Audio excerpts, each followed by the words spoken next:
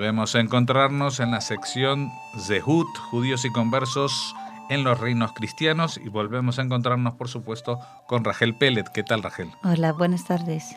Bueno, hemos hablado de los prolegómenos históricos de la poesía en los reinos cristianos, que había empezado en Al-Ándalus, cómo eso se traslada luego a ciudades como Toledo y Zaragoza. Y ahora que hemos acabado de hablar de esas grandes ciudades y de los grandes escritores, todavía eso tiene un eco en otras partes, ¿no? Uh-huh. Sí, efectivamente. La última vez hemos hablado un poco de Zaragoza, de Cataluña en general. Primero estuvimos hablando de Barcelona, luego vimos que en 1391 con los pogromos los judíos huyen de gran partes de Cataluña y se centran más en la zona de Zaragoza.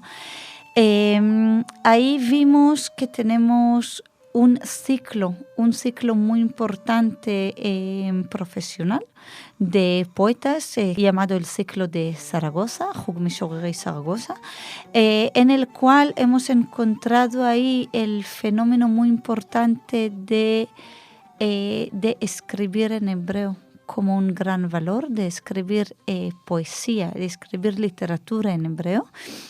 Un concepto que hemos dicho que va en esta época muy en diálogo y muy como respuesta, no solamente al valor del idioma que se ve en la poesía árabe de aquella época, sino y no menos en la poesía romance.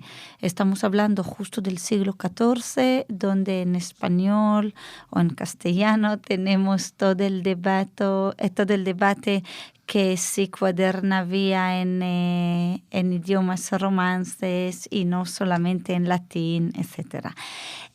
Y aquí tenemos la versión en hebreo de este asunto. Hemos dicho que este ciclo de poetas llevan también unas relaciones epistolarias entre ellos. Tenemos un montón de cartas, tanto ars poéticas, cartas que se escriben sobre literatura, como cartas personales entre ellos, en las que se intercalan también muchos poemas, incluso alguna macama, alguna historia en prosa rimada. Y hemos visto ahí también que se refieren al fenómeno de la conversión, que era un fenómeno que les ha salpicado dentro de este grupo profesional. Algunos de ellos se convierten en una fase tardía de su vida, otros no. Y todo este tema de identidad con un pie en el mundo cristiano, con un pie en el mundo de la nobleza cristiana, en el otro pie en un mundo muy, muy, muy hebreo, crea un fenómeno con mucha tensión interior y muy bonito, que hemos visto un poco esta versión de los nobles, estos de Zaragoza, frente al fenómeno que hemos visto hace varias conferencias, hace varias entrevistas que hemos visto con Todorus Abulafia, uh-huh, de Toledo, un siglo antes, pero la misma lucha interna esta que tenemos. En 1492 los judíos se expulsan de España, tanto de Castilla como de Aragón, y tenemos los últimos ecos. Cuando se dice que se expulsan, hay que entender que no se van todos el mismo día, o los que quedan se convierten y se transforman en otra cosa en un día, sino que tenemos luego un siglo y medio como del atardecer, como cuando el sol cae y queda este cielo que no es de noche ni es de día y tienen su presencia y sus colores tan bonitos. Pues eso es lo que tenemos también en el judaísmo, en la población judía de España y también en la poesía, en la literatura hebrea. Quiero hablar ahora de dos cosas, hablando de este fenómeno de identidad. Y luego ver, así un poco resumir el total. Primero quiero hablar de qué es lo que queda. Parte de los poetas que ya trabajaban y vivían en la zona de Cataluña y de Zaragoza, de Aragón, huyen en 1492 y más tarde a la zona de Provenza. Esta zona que ya era un centro importante, cada vez toma más importancia y se convierte en un gran centro, también en un gran centro de literatura hebrea. Realmente los que lo pueblan son españoles. No son, quiero decir, en gran parte son españoles, algunos ya nacen ahí o que trabajan ahí, pero todo su contexto literario, cultural, también religioso, se nutre muchísimo de la parte de lo que había en España, ¿vale? Y luego siguen geográficamente y llegan hasta Italia. En Italia, en el siglo XV, encontramos un poeta muy bueno en Roma que se llama Immanuel Agomi, Immanuel de Roma o el romano. Y él escribió ya una literatura casi del Renacimiento. Aunque estamos hablando del final de la Edad Media, otra vez él escribe muchas mahbarot, muchas makamot, de prosa rimada en la que están intercaladas poemas, pero ya vemos más variedad en sus temas, más libertad en elegir cosas, temas laicos, muchísima frivolidad, muchísima, dentro de lo que cabe literatura hebrea medieval, pero mucho trato de relaciones de hombres y mujeres a nivel de burlar del tema.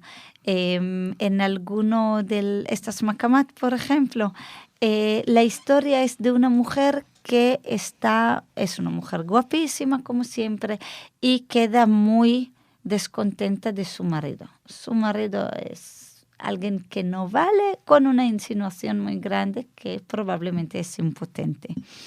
Pasan por ahí los dos protagonistas del Makama, debajo de su casa, y ven esta mujer. Como les gusta mucho, se pican, empiezan a hablar con ella.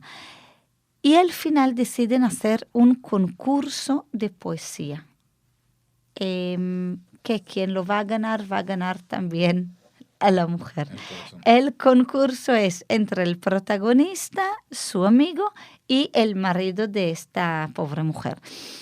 Ahora tenemos que entender que en la Edad Media, en la poesía hebrea, en la poesía árabe, y vemos este tema de algún modo también en la poesía romance, el poder de la palabra y el poder de la escritura y el poder varonil son paralelos, ¿vale?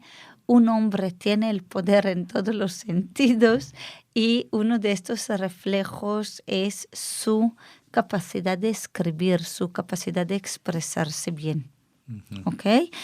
Hay mucho paralelismo entre la potencia sexual y entre el poder de la palabra, entre la pluma, porque no había bolígrafo, pero entre la pluma como un símbolo fálico, etc.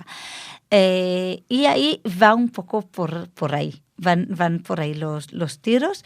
Los tres hacen este concurso de poesía y muy sorprendentemente quien lo gana es El marido. El marido. Sí. Es, es el marido. como dijiste, y sorprendente, al final, dije, claro, tiene que ser él.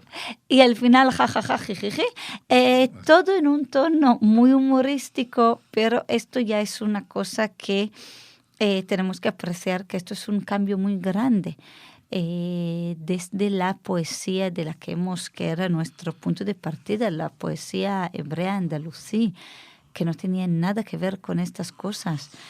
Que lo trataba muy por esquemas y siempre tenía que tener un tono educativo, a una poesía de deleite y diversión, pero total. Uh-huh. Es un cambio muy, muy importante. Pero y al final es un poco moralista también, eso de que vuelve con el sí, marido. Sí, claro, a ver, el final es un poco moralista y el final también, en la poesía hebrea siempre el final es a favor de la comunidad. Uh-huh. Tenemos que recordar que es una sociedad que quiere mantener el orden social en su celda más pequeña, que es la familia, pasando por la comunidad general y ahí quieren llegar. Entonces, sí, al final llega, pero ya vemos que tenemos muchos ecos de otros fenómenos, tanto fenómenos culturales que estaban ahí, que llegaban ahí por fuera, penetraron, como fenómenos sociales. Tenemos que recordar que en los siglos XIII y XIV, por ejemplo, las mujeres tienen mucha más independencia económica. Sí. Pasa una cosa, que desde el siglo XII también los rabinos lo autorizan, pero es por circunstancias sociales. Muchos hombres se ausentan, no solamente en la sociedad hebrea, en la sociedad cristiana también, por guerras, por comercio, sí. Salen. No siempre vuelven, que esta es otra historia, pero salen. Y alguien tiene que tomar las riendas de todo lo que dejan, del negocio familiar, de la casa, del campo, etc. Entonces hace falta otorgar a las mujeres un poder para ejercer en este tipo de cosas. Uh-huh. Y esto también cambia muchísimo el modo que se ven estas mujeres. Por un lado, les tienen mucho más respeto. Por otro lado, les tienen mucho más miedo, mucho más odio. Por eso. Y todo esto se refleja de modo muy, muy bonito, muy divertido también en esta literatura. Bueno, no sé si quieres seguir hablando de las reminiscencias o... Quiero un poco a ver ahora todo esto junto, ya que hemos llegado aquí a estas mujeres. Es ver un poco esta trayectoria en general, que empieza por Andalucía. Empieza en Andalucía, donde tenemos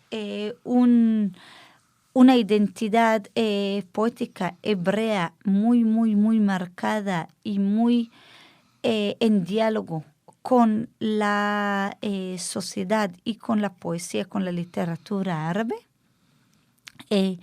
muy canonizada, muy esquematizada, muy de género, muy con sus reglas, con su estructura, una cosa muy artística, pero justo como el Alhambra, el diseño total y perfecto. Pasando por estas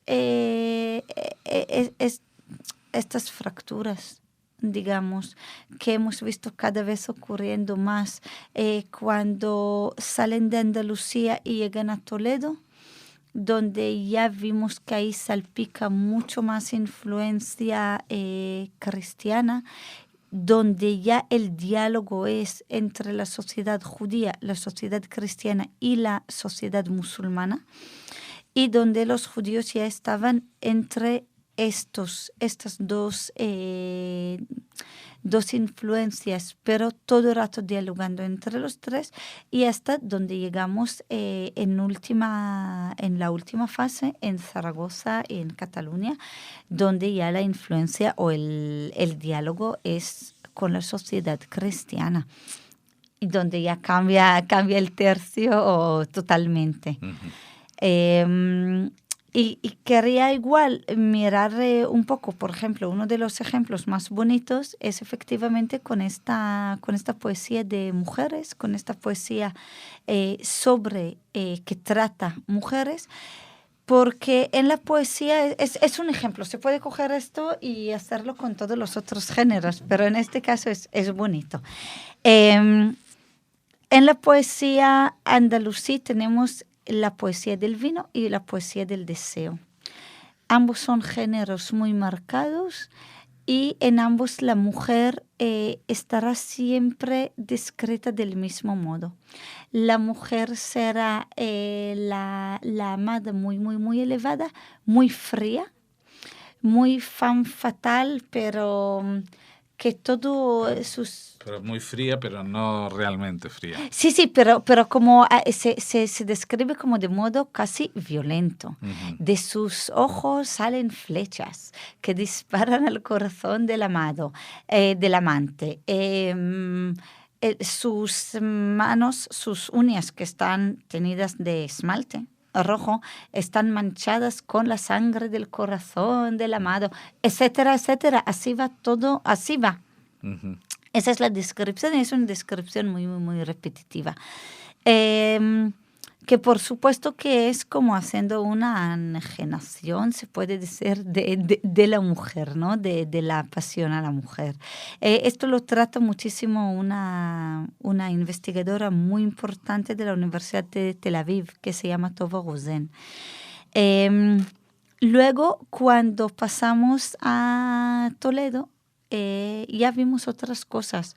En la poesía, por ejemplo, de Todros Abulafia, vemos en muchos de sus poemas, por un lado, este eco de la poesía del deseo, efectivamente, donde él habla otra vez de la mujer esta, que en una clase que me dio uno de mis mejores profesores de literatura, Matthews, en la Universidad de Hebrea, dijo, es como los conciertos, Madonna en los primeros conciertos, vestidas así, que todo pica y todo son lanzas y todo corta.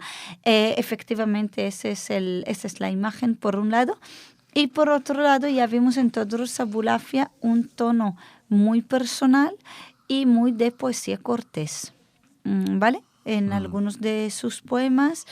Y de ahí ya seguimos y vemos que ya este amor cortés entra, por ejemplo, en Yaakov ben Elazar, aún ahí en Toledo en el siglo XIII, y cuando ya pasamos al siglo XIV y XV a Zaragoza y de ahí a Provenza, Italia, tenemos todo tipo ya de historias cada vez más jocosas, más frívolas y más yendo hacia otros campos y hacia otros términos, tanto en la poesía, por ejemplo, de Vidal Benveniste, de Emanuela Gomi, y de todo este debate que hemos mencionado la vez anterior, que empieza en Toledo y sigue ahí hacia el norte, del Judea que odiaba a las mujeres, el otro que amaba a las mujeres, etc. Entonces, nada, es simplemente para ver cómo las cosas, aunque estén en un contexto y que se nutren una de la otra, están todo el rato recibiendo influencias de fuera y contestándolas en tiempo real. Muchas veces no hay tanta cuestión ideológica dentro de esta poesía como la cuestión ideológica que intentamos poner en la investigación de 500 años más tarde. Bueno, esto no solamente significa el fin del capítulo de hoy, sino que es también el fin de esta sección, este programa que has bautizado Zehut, Judíos y Conversos en los Reinos Cristianos. Pues gracias por habernos ilustrado sobre esta época, sobre la que se conoce bastante menos que sobre, por ejemplo, la poesía en Al-Ándalus. Sí. Y en general se conoce bastante menos los autores judíos que los autores musulmanes, etcétera, etcétera. O sea que es un trabajo realmente que hay que rescatar y todavía sobre el que hay mucho que investigar, ¿no? Por supuesto. Pues muchas gracias, Rachel Peled, por haber estado con nosotros. Ya sabes que aquí tienes las puertas abiertas cuando aparezca algún nuevo poeta que nadie conocía, pues aquí tienes los micrófonos para darlo a conocer. Muchísimas gracias.